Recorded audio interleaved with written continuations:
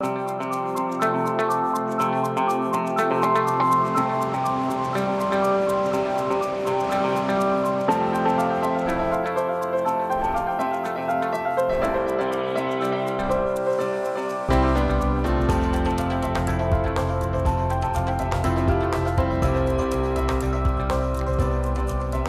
afternoon and thanks for joining us. I'm Judy Simpson. This is National Library Week. It's a week to celebrate our libraries and librarians and to promote books and reading.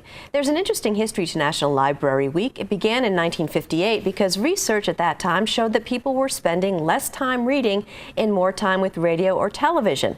Well, fast forward to today, our public libraries offer us a variety of technology and other resources, and they have lots of books. This afternoon, I'm joined by two librarians. Our longtime friend, Amy Howlett, is the director of the Springfield Town Library, and alongside Amy is Emer Feeney. Emer is a veteran of the Fletcher Free Library in Burlington. Welcome to both of you. Hello. Now, you've brought a number of books to review, and at the end of the program, we're going to let people know where they can get the book list. So, Amy, you're going to start. Okay, great. So my first book is Out of the Woods by Rebecca Bond. It's a true story. We're starting with the youngest and moving on as we go.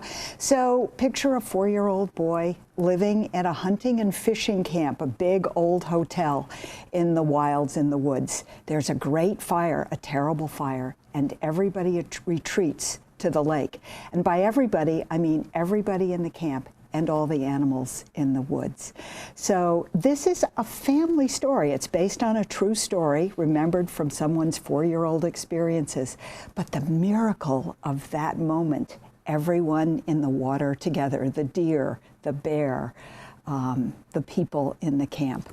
I think it's a real plug for telling your family stories, for sitting with a child and sharing this wonderful book, which looks like somebody drew the illustrations with a scratchy pen. Just a fabulous start. Yes. Out of the Woods, Rebecca Bond. It is gorgeous. That's a really magical book. And speaking of sitting and reading with a child, nothing, does that better than a really graphic book that has images that kind of bring those young ones into the book. John Clausen and Mac Barnett's new book, Triangle, is a book about shapes, where the shapes come to life, and triangle interacts with square, and they play jokes on each other. And it's just really warm, but also visually really interesting. Great. Excellent. So I have Echo for the next group up, well, a little older than next group up, grades 4 to 7. This is part of Dorothy's list, those 30 books that are recommended every April for children to read and vote on their favorite. So Echo is actually the story of 3 different children, each of whom has a harmonica. So one of the themes in the book is music and the power it has on our lives.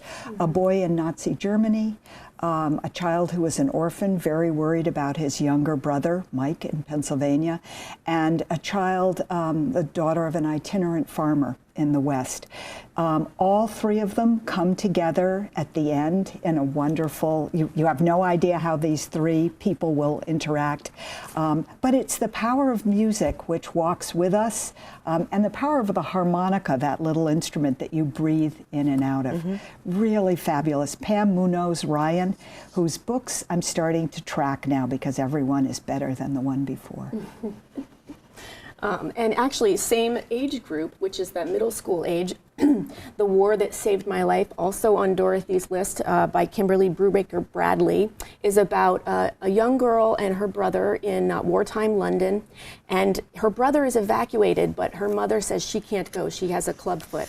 And she herself puts herself on the train to be evacuated from London, and joins her brother, and then they begin essentially a new life together, freed from their oppressive mom. Wow. Yeah. So a book with a slightly international flavor, A Man Called Ove, O-V-E, which I'm saying Ove, by Frederick Bachman. When it came out, it was kind of a sensation. I hear it's a movie. The last person I talked to said not a very good movie, so skip the movie and read the book. Always read the book. Yeah, it's about a grumpy Swede, the kind of guy that cares ferociously what sort of car his old friend buys. He used to buy Volvos, now he's buying Saabs. I can't bear it.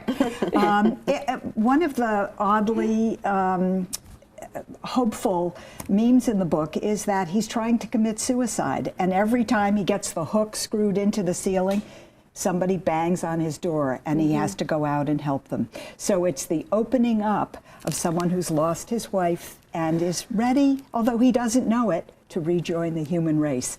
And the Bachman books are going great guns. They've come out since 2014 when A Man Called Ova appeared. People love them. Yeah, that's true. They go out like hotcakes at the library. Yeah.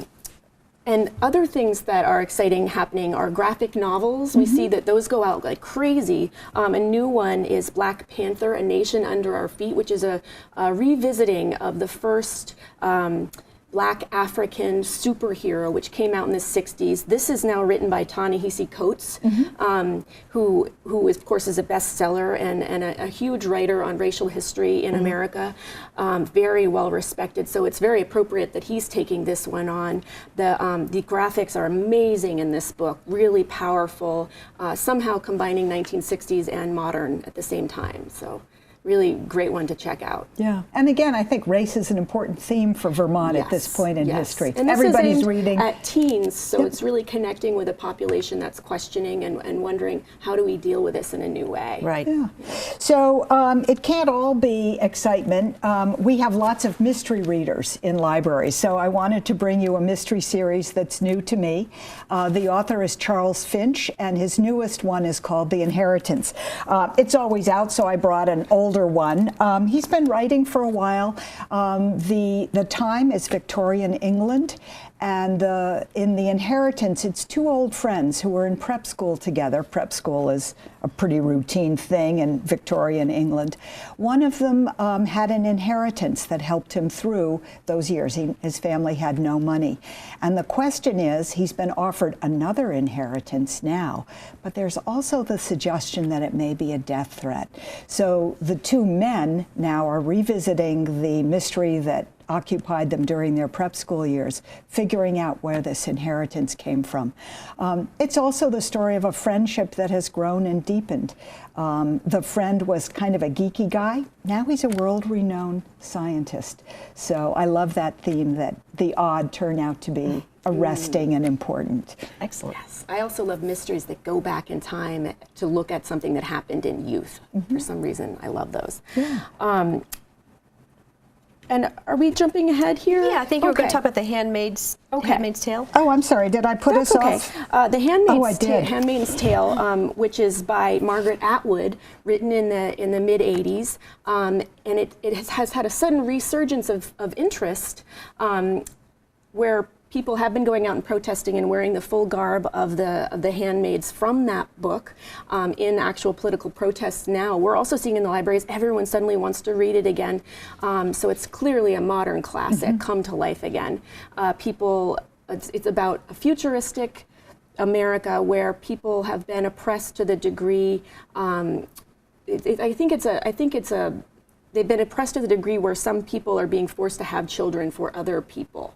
And it's about to be a Hulu miniseries, so of course everyone wants to reread the book as well before that happens. Yeah.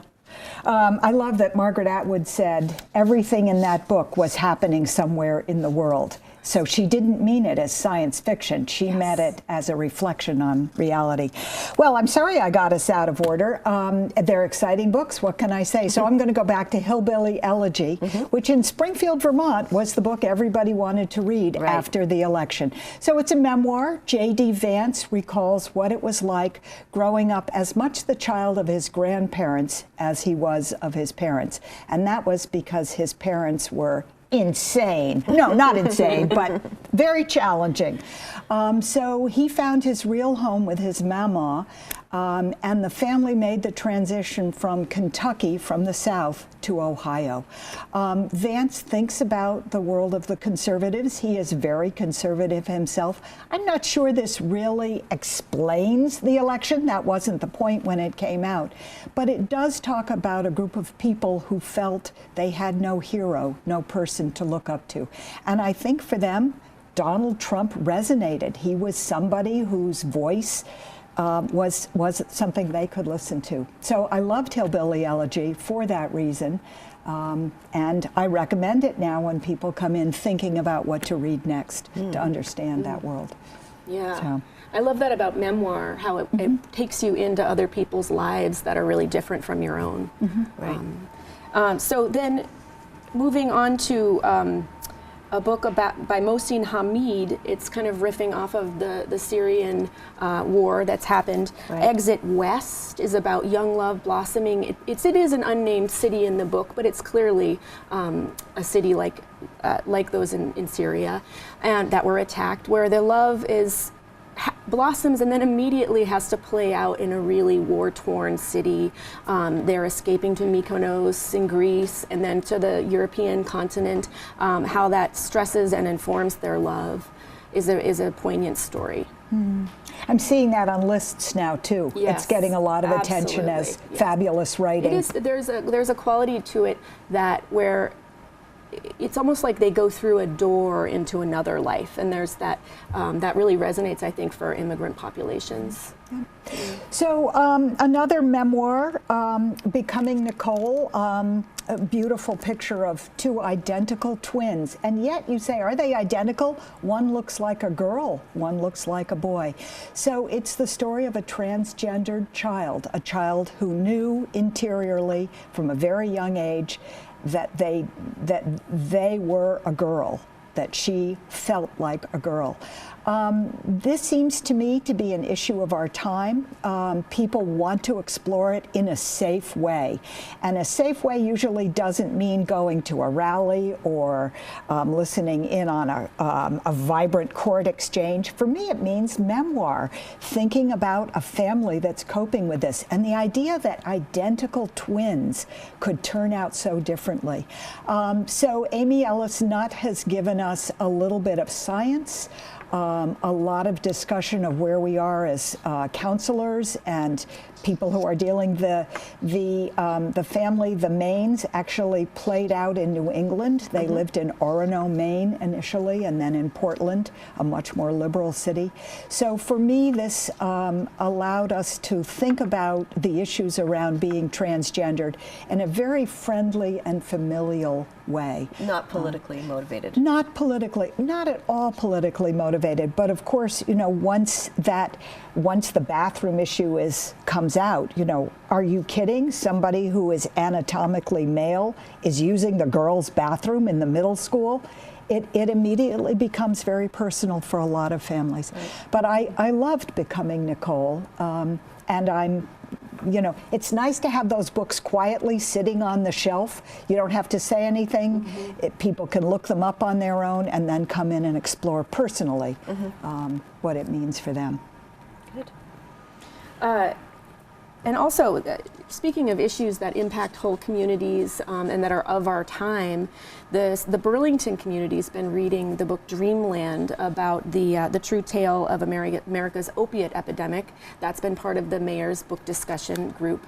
And it's Sam Quinones is writing about the history. He's a journalist, a very skilled one, writing about the history of the new opiate epidemic, where OxyContin led to addiction to heroin. He goes back and forth between the pharmaceutical industry's role in that history and the Mexican ranchero community's role in that history, and does it in a really fair and even-handed way that's somehow reads like a thriller, actually. I couldn't believe how quickly I went through this incredibly detailed book. And I think it is an issue that's impacting many of our communities and something that we all need to know more about. Well, my pick today was a book called Blue Mind by Wallace J. Nichols. He's a marine biologist, and the title of this book says it all. Blue Mind, the surprising science that shows how being near, in, on, or underwater can make you happier, healthier, more connected, and better at what you do. And it's, you know, based on some science. It's also goes back and looks at, you know, traditional communities and their relationship with water. And it's also, too, a call to action for folks to say, hey, you know, we really really need to take care of this precious resource that we have. It was just a great read, and it brings you back to vacation time when you're on the beach. I loved ready it. for that. Yeah, I know. I'm ready for that. Well, for a complete list of all the books that we've reviewed this afternoon, you can write to the Vermont Department of Libraries at 109 State Street in Montpelier. The zip code is 05609. Be sure to include a return address. If you prefer, you can make a request by phone. Call 802-828-3261 and ask for the Across the Fence book list. And we'll also post the book list on the Across the Fence website. Thanks so much for joining me today. That's our program for today. I'm Judy Simpson. We'll see you again next time on Across the Fence.